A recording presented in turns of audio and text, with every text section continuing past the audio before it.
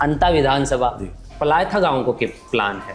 कांग्रेस के जो प्रत्याशी प्रमोदजन भाई, न्यूज में देखो, कोई भी आप मोबाइल पे रील देखो, हर आदमी उनको गलत बता रहा है। तो प्रमोदजन भाया के खिलाफ ही लड़ाई है नरेश मीणा की, ये तो सीधे सच बात है।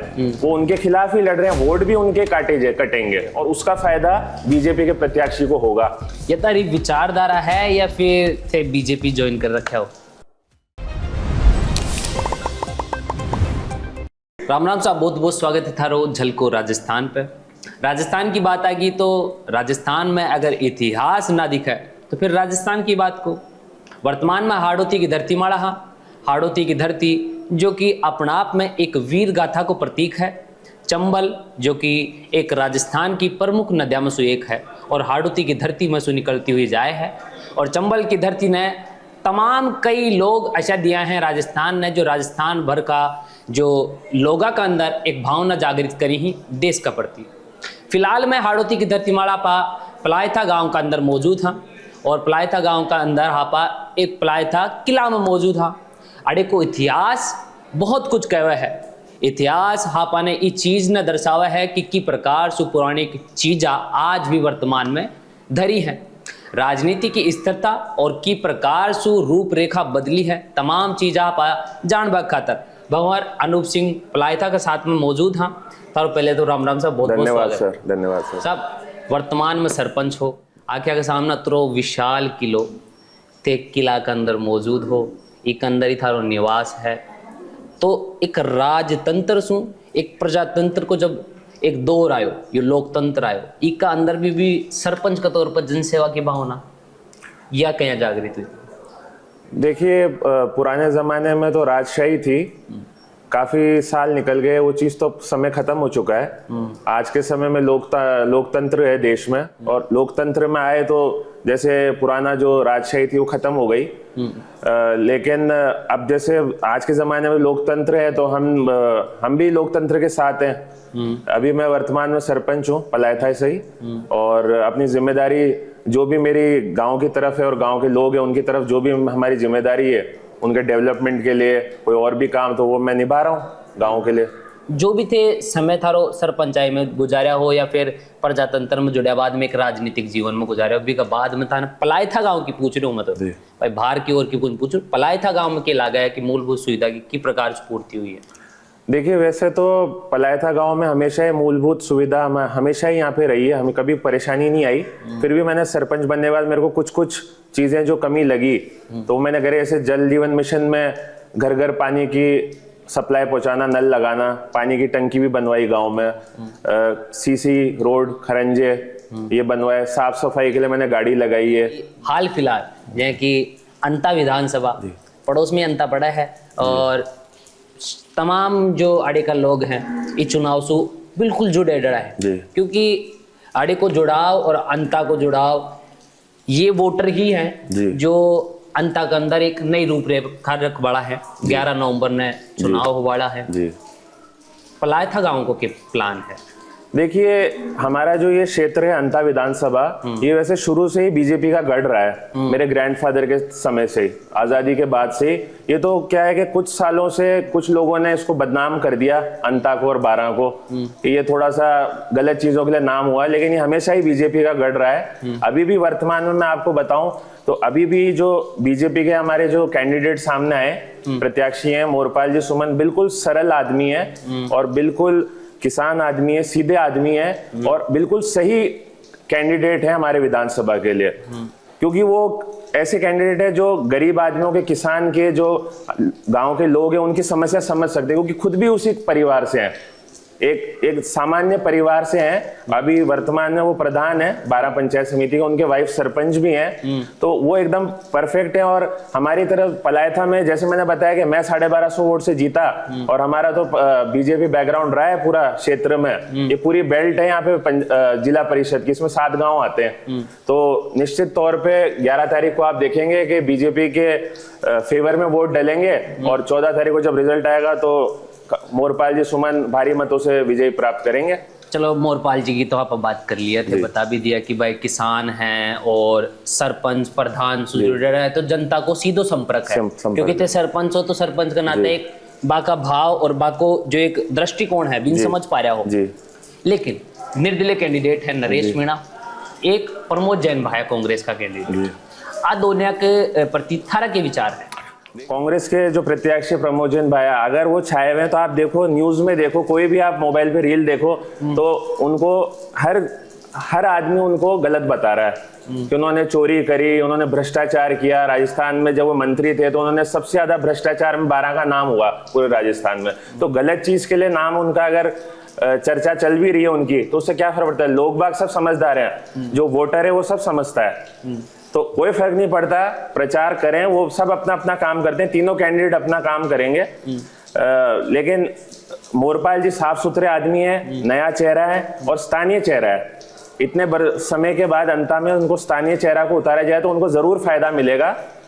मैं यही आपको कहना चाहूंगा। नरेश मीणा के लिए आप क्या कहेंगे? देखिए नरेश मीणा जी हैं, मीणा समाज उनके साथ है, ऐसी बात नहीं है, लेकिन यहाँ पे तो बीजेपी या कांग्रेस इन दोनों में ही फाइट रही है हमेशा से। हमने कंवरलाल जी को भी जिताया 2023 में, मात्र 12 या 15 दिन का समय मिला उनको टिकट के बाद, हमने उनके साथ लग के और प्रमोद भाया जी के सामने उनको भारी मतों से जिताया। उस टाइम प्रमोद भाया जी मंत्री भी थे, खनन मंत्री। लोग बाग ने उस टाइम भी काफी चर्चा चलती थी सोशल मीडिया में, काफी चीजें चलती थी कि ऐसा है वैसा है, खूब पैसा है उनके पास, खूब पावरफुल आदमी है। लेकिन जनता सब जानती है किसको वोट देना है क्या नहीं देना, जनता सब समझती है।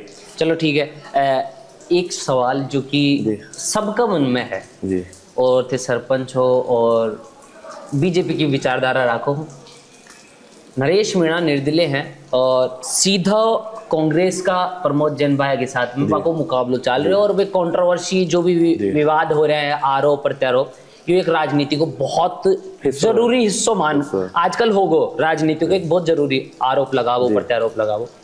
लेकिन नरेश मीणा का अभी तक भी बीजेपी का कैंडिडेट न ले, यानी एक भी कोई बयान या आरोप होना जी, और ना वे बोली। और मैं खुद इंटरव्यू ले रहा है नरेश मीणा को, तो वे बोला कि मोरपाल जी है, बाकी लिए मैं नहीं बोलता क्योंकि वे किसान हैं और अच्छे व्यक्ति हैं, सीधा आदमी है। तो एक सामलो जो निर्दलीय प्रत्याशी है, जो एक आक्रोशित माने जाए है कि भाई आक्रोश गुस्सा बहुत ज्यादा है, वो इंसान एक पार्टी सामने जो कांग्रेस है बी के लिए बहुत कुछ बोल रहे हैं और एक बीजेपी के लिए कम बोल रहे हैं। तो इन्हें ले कहते कि मानोगा कि मानसिकता है कि चीज है जो थाने लगा है। देखिए मैंने आपको बताया ना जैसे कि जो कांग्रेस के प्रत्याशी भाया जी वो पूरे राजस्थान में फेमस है भ्रष्टाचार के लिए।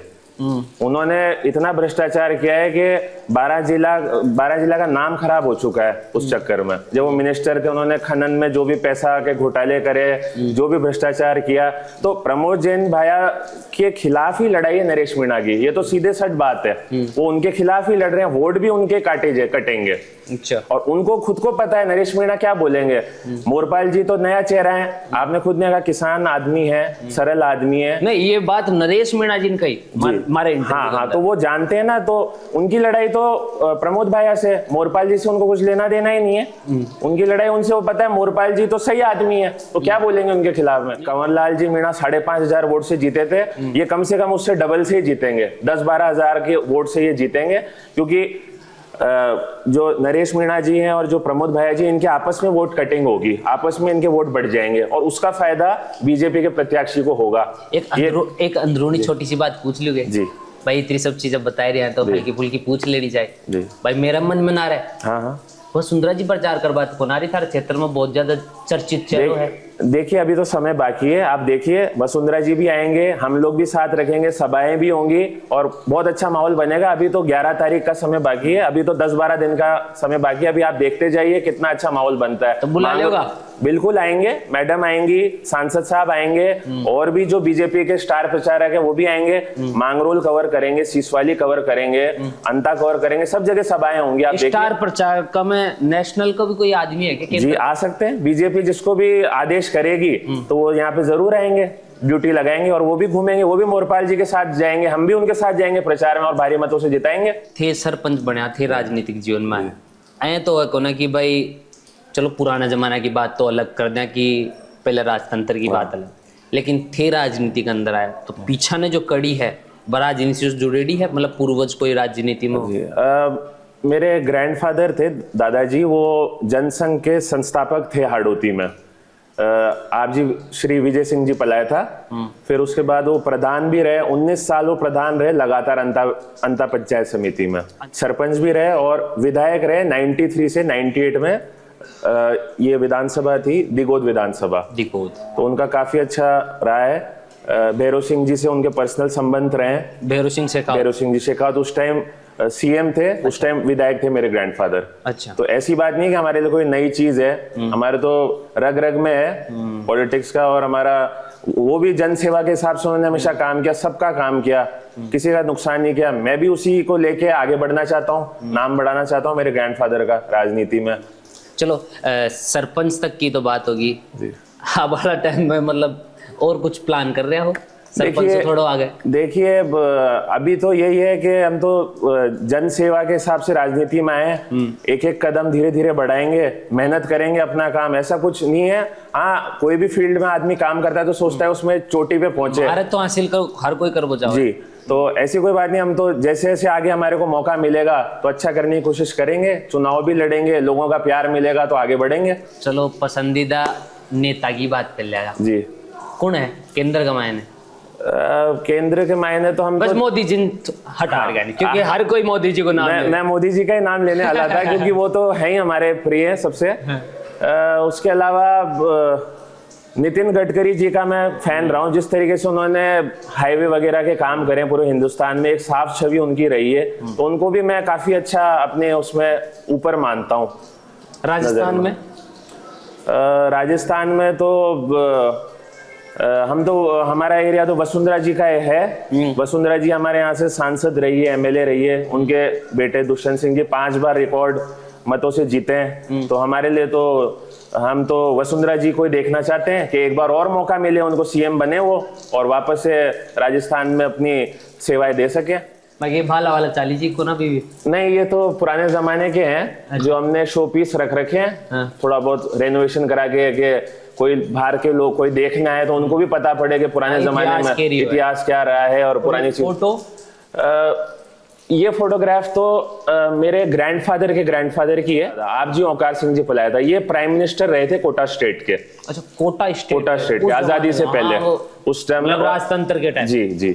और ये जो आप फोटो देख रहे हैं ये इनके फादर हैं, ये इनके फादर हैं आप जी अमर सिंह जी। ये भी कोटा स्टेट में काफी अच्छे पदों में रहे और काफी सम्मान था इनका। परदादा के पिताजी जी, परदादा के पिताजी। अच्छा, तो ये तमाम इतिहास है, आज भी इस जमाना में भी अयान को किलाना बचार रहा हो, एक मायने रह रहा हो, नीचा ने जो गांव बछड़ो भी को सरपंच बढ़ यानी काम कर रहा हो। अंत में चुनाव है और पूरा राजस्थान की निगाह सरपंच आगानी है कि ये सरपंच कड़ी ले जाएगा गाँव ने। नहीं तो थे थारो तो सीधो ठीक है मामलो, बिल्कुल हमारा सीधा है। और 2 दिन से बरसात हो रही है। हाँ, होती है। कीचड़ होगा और फिर कमल खिल जाएगा। कोई कमल खिलेगा और कोई जोश में कोई कमी नहीं है। कीचड़ में भी जाएंगे हम तो वोट लेने। तो कीचड़ में तो खिलाए, कीचड़ में कमल खिलाए और बारिश से कोई फर्क नहीं पड़ता, किसी से कोई फर्क नहीं पड़ता। हम जाएंगे, हमारे उम्मीदवार को जिताएंगे और आप 14 तारीख को अपन फिर बात करेंगे जब भारी मतों से मोरपाल जी जीतेंगे, तब फिर अपन वापस ही इंटरव्यू करेंगे। चलो कोई नहीं, शुभकामनाएं थी तारी तरफ से लागू, थारी विचारधारा मजबूत रखो। अंता की जनता सुन रही है, अंता की जनता जी ने भी चुनेगी, वो सर्वोपरि है क्योंकि ये लोकतांत्रिक देश है। और ये मैं मत जो जनता को ज्यादा जड़ी ने वजन देर के नहीं पड़ागो, वो आदमी ऊपर न उठागो और वो ऊपर उठ के नहीं बनागो विधायक और अंता की सत्ता का हाथ। बिल्कुल बराबर बात।